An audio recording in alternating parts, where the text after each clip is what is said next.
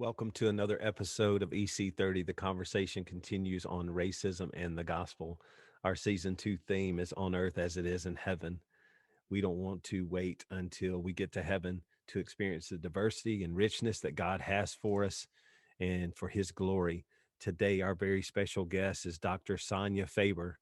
Dr. Sonya Faber lives in Berlin, Germany for the last 20 years. She is the head of clinical project management, and she brings a unique perspective today, one of both her experiences in the US as well as Germany. And she's done work alongside Dr. Monica Williams, a clinical psychologist. Dr. Faber helped to facilitate workshop training classes in 2019 World Congress of Behavioral and Cognitive Therapies in Berlin, Germany. It was such a privilege to have her on the podcast today. We know that you will gain new insights of how we can walk this road better together as the gospel calls us to in racial reconciliation. There's an article that she's going to mention in the podcast. I have linked it both in the podcast and on the YouTube video. Be sure to click on that at the end. Whether you're watching on YouTube or listening to the podcast, make sure you subscribe. If on the podcast, give it a 5-star rating, leave us a review. That helps in the algorithms. Same applies for YouTube. Just subscribe to the channel. That way you can not only see the podcast interviews, but you can go back and watch our Ethnic Conciliation Conversations, a monthly group that meets to talk about questions and work together in fellowship to promote ethnic conciliation, racial reconciliation in light of the gospel of Jesus Christ. We hope that you will enjoy the conversation that we have with Dr. Sonya Faber.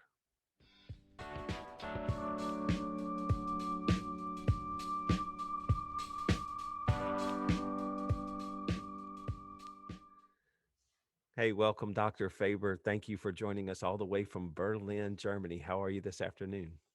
Oh, I'm great. It's nice out here. It's snowing and everybody's stuck inside because of COVID, but Mm.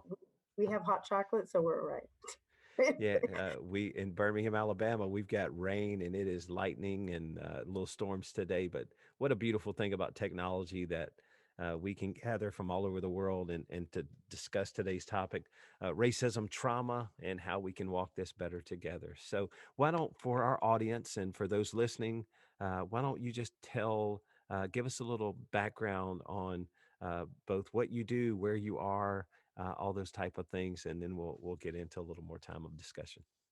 Okay, so I am originally from California. That's where I grew up.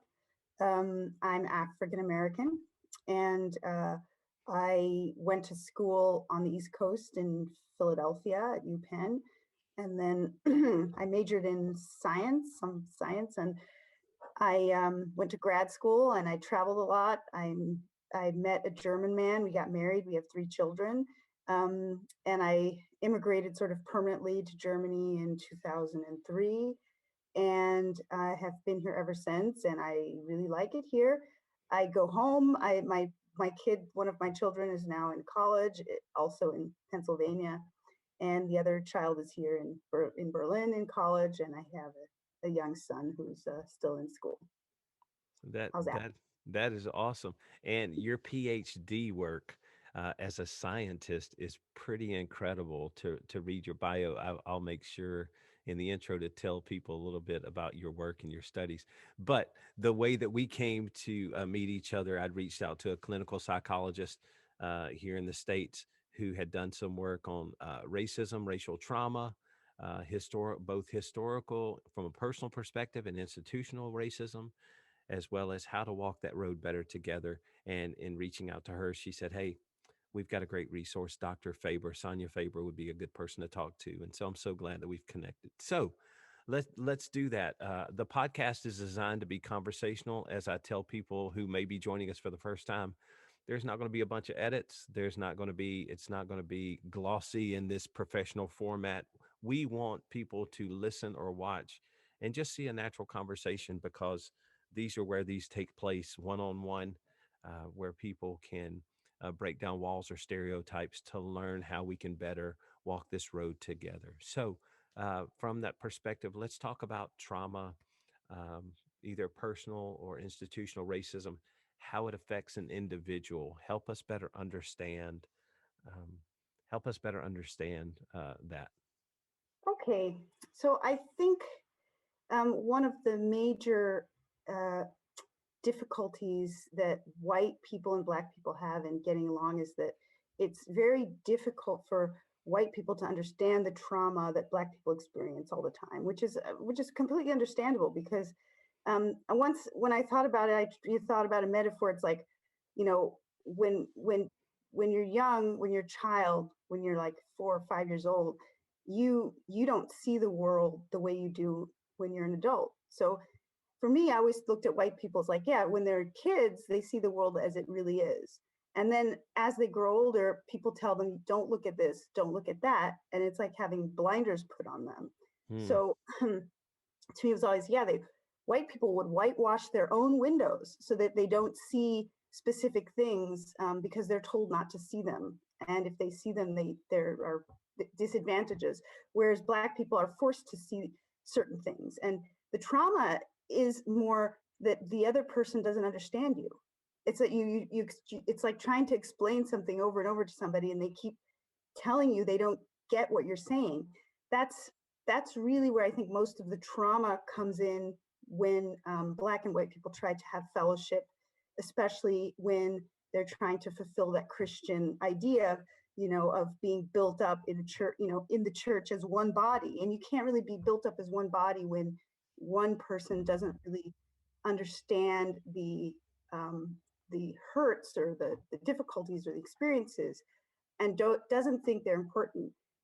That's when you are unable to have fellowship. And those were these were for me personally the most traumatic things that I've ever experienced, was the utter inability of my wanting self to have real friendship and fellowship with people of other races who just weren't unable to understand what I was talking about.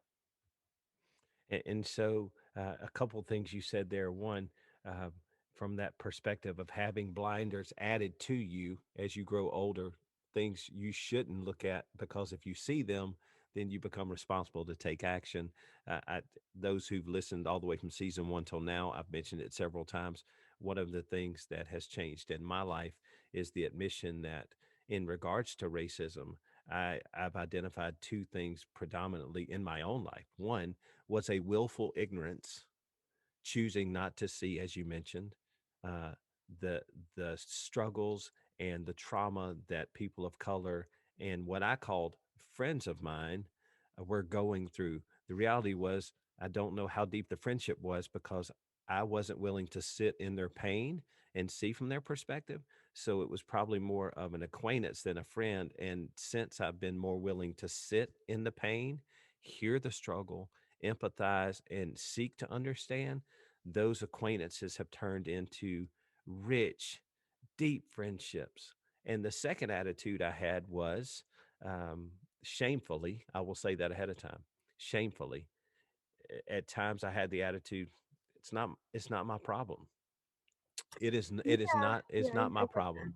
that. It is, hey, uh, it's for them to sort out, right? And I want to use those, and that stings to even say now, because I want his people to listen. If they hear that phrase in their own head, to think, hey, this may be a blind spot in my life. When I'm saying, well, they need to figure it out, their community needs to rise up. They need to, in the terms they, them versus us is a very in group out group type of uh, language that is only divisive. So to to to hear you say part of the trauma is when somebody just can't understand or even see the struggle that I'm going through in any not only singular event, but you said it obviously happens all the time. So thank you for that.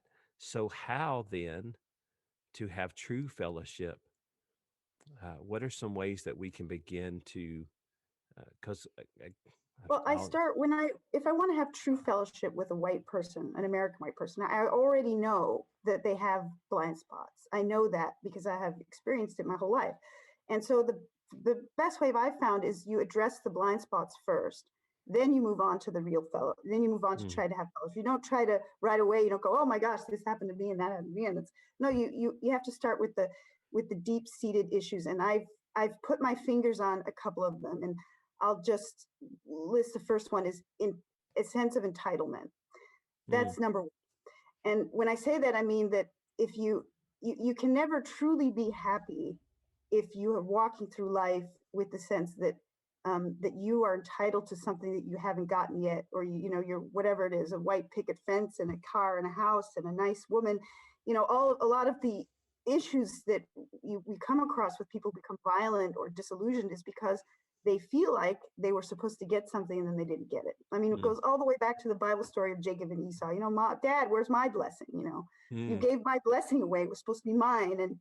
Um, and that dovetails really quite nicely within the whole paradigm of it's not fair paradigm, which is the other one that sort of goes hand in hand with the entitlement paradigm, which is um, uh, I worked hard for what I have, and those people, whoever they happen to be, if they would have just worked hard, they would have nice things too, and therefore, I don't feel like I have any responsibility or anything whatsoever with the people who didn't work hard, and you know, damn if I have to give one red cent of my hard-earned money, whether it's in taxes or anything else, to anybody who didn't work hard enough. And this sort of twinned stronghold of selfishness wrapped up in entitlement is the number one issue that is holding back white people and black people from being able to have true friendships and fellowships. And as you said that, I'm hearing some of those in the back of the mind conversations that a lot of people would dare never admit out loud, or maybe they do in a Facebook post or social media, but not in one-on-one conversation, which is that sense of entitlement. Why is my hard-earned money being used for this or for that? And Yeah. if they, again, it goes back to they they need to work hard, and take, they need to do the same thing I did. I worked hard for what I've got, but the problem is, uh, we didn't all start from the same starting line. We don't all have the same obstacles. We don't all have the same opportunities.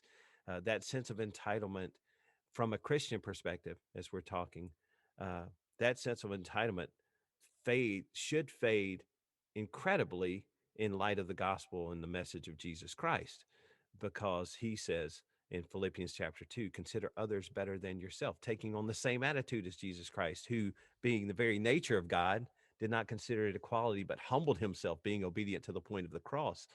And so when we start talking about, hey, we need to humble ourselves. I'll speak specifically to white brothers and sisters in faith. When Scripture says we should humble ourselves, that's saying, look, that's not trying to minimize the life that we've had, the opportunities we've had, but it's saying we should give yield and way in light of the gospel to our brothers and sisters who have been disadvantaged, who have been marginalized historically. And I love how you say, when I encounter a white American, because this perspective, there may be racial issues. We know there are racial issues around the world, but in America, it's so crystal clear that that sense of entitlement, and it's even it for believers, it's rampant in the church. For people to be unwilling to say it's rampant in the church, it's rampant in the church. The attitude of entitlement is rampant in the Western church. Yes. It And just is. I have to go back to the issue of fairness. I guess I let you listen in on one of my little teachings Yes. that I did once, but I think it's quite the thing that really jogged people's brains was when I told them, look, there are many stories in the Bible where people have to suffer for something they didn't do. They had Mm, nothing to do with, Joshua and and this whatever the father or generational things, whatever it happens to be, many examples of people who had to suffer for things they didn't do. And our Western individualistic culture immediately raises its head and says, well, that's not fair. People shouldn't suffer for things they didn't do. People shouldn't suffer for things that their parents did or their brothers did or their countrymen did. But this is the way of the world, because it is also, the reverse is also true. People are blessed, incredibly blessed, by things they had nothing to do with. Wow. Wow. Yes. Incredibly blessed by things they had nothing to do with. And, you know, and it's all put in perspective in, you know, in Hebrews and in Romans, where basically God says, yes, one man sinned and everyone suffered. One man sinned, everyone suffered. And then one man suffered and everybody was set free. Hmm. So the the the rule stays the same. The rule is what God made it. But we have to understand that. We can't run through life and going, oh, it wasn't fair, it wasn't fair. You know, of course not. Hmm. Jesus's death wasn't fair. There's nothing Hmm. fair about it. So, you know, it's but I think it is just one of the most difficult lessons that white people, white Americans, I mean, other people in the world, they understand that. Yeah, if your dad hits somebody with a car and has to pay money, you're going to suffer, even if it's not you. You know, that's very understandable. People don't have a big problem with that. But in our culture, we've been fed this cultural idea that says um, everything we have we're entitled to, and if we have something we weren't entitled to, well, we'll just ignore that. It's not on the ledger. It's not on the ledger. And So and in comparison to the gospel, okay, as a Christian, we celebrate the fact, as you mentioned, through the suffering of Christ, his death, his completed work, that we've been set free. We can be made right with God. We celebrate that fact. That is awesome that he suffered on our behalf. Wow. But then the rub is when we turn around and go, but others have I don't suffer on anybody's behalf. Yeah, you right, know. right. What I should, I don't want to suffer 1 ounce.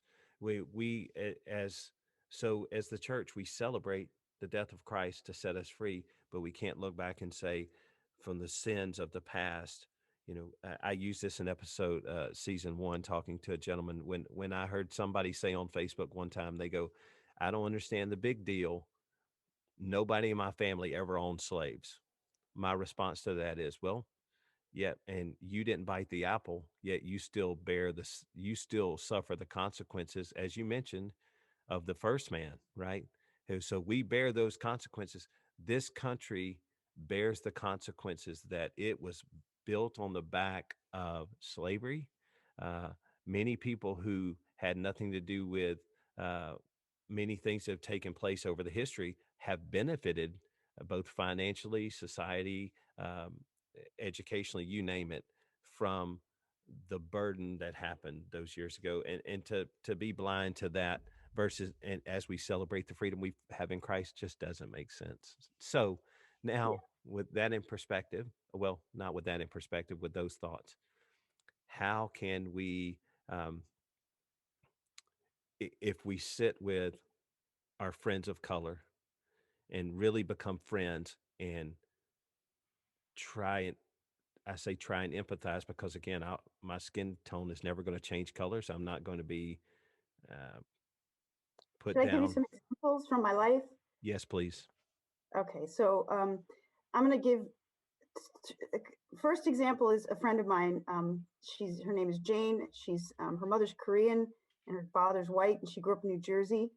And she was in med school, and I was in grad school, and we became good friends. She's also Christian, and you know, she was a good friend to me. You know, we talked about everything. She listened to me all the time. One day, she came back from the hospital where she was doing her residency, and she was in tears. She was crying. She was weeping. She was distraught, incredibly distraught. She came to me and said, "Sonya, I have to tell you something." She said, today I was in the elevator, and there were two guys with scrubs. There was like a black guy with scrubs on, and there was like a white guy. They were talking to each other about the surgery or something or other. And I was just looking at them, and then after a while listening to them, I realized that the black guy was the head of the neurology department, and the white guy was a nurse. And she said, I was very, very disappointed with myself, because I Mm, assumed when I had gotten in that elevator that the reverse was true. And in that moment, it was real to me how prejudiced and biased I was when I thought I wasn't. and she felt so guilty about that and so upset. She had to come and tell me. And she said, Sonya, what should I do? How can I deal with this? How can I get this Mm. terrible thing that I have inside of me that I didn't see until today? How can I be clean? And I told her, I said, well, the first thing is, anybody could have made that assumption. I could have made that assumption. Mm. I'm a Black person. I could have just made the exact same assumption. So I said, the issue here isn't how can you get clean. It's how do I see the world, and how can I see it the way Jesus sees it and not the way my culture tells me to see it. And Amen. the first step in that is just to recognize that you are seeing it in a way that is distorted.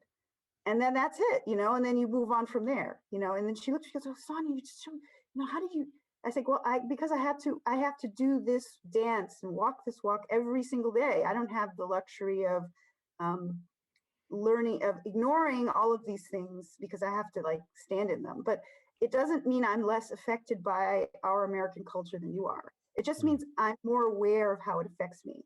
Mm. So that's where we are. We're sitting in the same boat. I'm just, trying to take the water out a little faster. So, so that's where we are. And so that's my first story. Just to, to show you that this is a lifelong work in progress, that you work on it. And then the second story I have is here in Germany. I have a colleague who's a white guy. He went to grad school in Germany. We both ended up working for the same company, and I was getting persecuted by that company. And we had become very good friends. We talked about a lot of different things, and he did something extremely unexpected. When he saw that I was being bullied in the company, he he stood up for me. He stood in front of like our bosses and basically told them that that what they were doing was wrong, and that he wouldn't he there's no way he would stand for such a thing. And I have never in my life had any white person ever get up. I mean, I've done that for my children. If somebody's sniping at your kids, you take the bullet for them. That's your job. You're their mom or your dad. You don't let that happen. But I've never had anybody jump in front of a bullet, figuratively, for me, just because they were my friend. And doing something that means you have to take the consequences. He left the company eventually because of the stand he took. So he Wow. suffered. That's what I mean. You suffer. Are you willing to suffer for your neighbors, your friends, or whoever that if your friendship is without risk, then it's not a friendship. Because you can't have real growth unless you have real risk. And so Mm. that was just one of the things that, how much are you willing to quote unquote risk for, the people in your life, whether that means standing up to your friends, your other parents, or your sister, your brother, your wife, your kids, for what's right, even if it's not comfortable. Mm. That's when people know, when you get skin in the game, that's how they know that you are capable of having fellowship with them.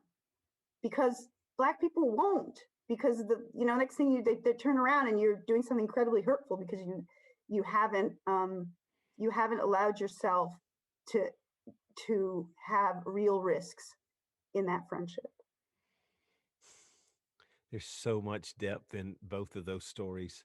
One, acknowledging that we have a distorted view, to be able to recognize that first is key. To be able to say every day, some way my past experiences have shaped my view and it is distorted, and to be sensitive to our perceptions. The second story, skin in the game, standing up and truly advocating.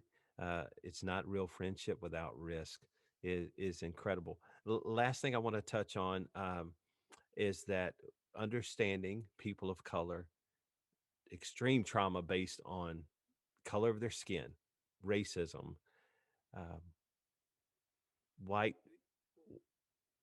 white evangelicals, white people in general have a tendency, when a current event happens, you pick it. This podcast, your episode won't release until end of March, maybe early April. There could be many instances happen between now and then that get national coverage, and not stoke the fire, but put a spotlight on what we know has just been an incredibly awful.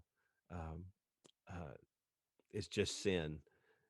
So, but white people have a tendency to want to process any current event regarding racism with a person of color that maybe they're not in that depth of friendship with, or that person may not be in a good space to deal with it. Just give us a little bit of advice and insight on how to walk that, or how to measure. Hey, should you be having this conversation with this person? Well, before you say that, let me just say, people on Facebook, please stop reaching out to your friends of color who you wouldn't sit down and have a cup of coffee with to try and have a discussion about a current racial issue, because that's not a real friendship, man. And if you wouldn't sit down and have coffee with me, I'm really not interested in having a Facebook discussion with you, social media discussion about your thoughts or your perspective on racism, because we can't go deep. All right, that was a loaded question, so I'll come back to the question. The question is, what are some ways that white either Christians or just whites in general can do a litmus test to say, hey, should I process this with a person of color?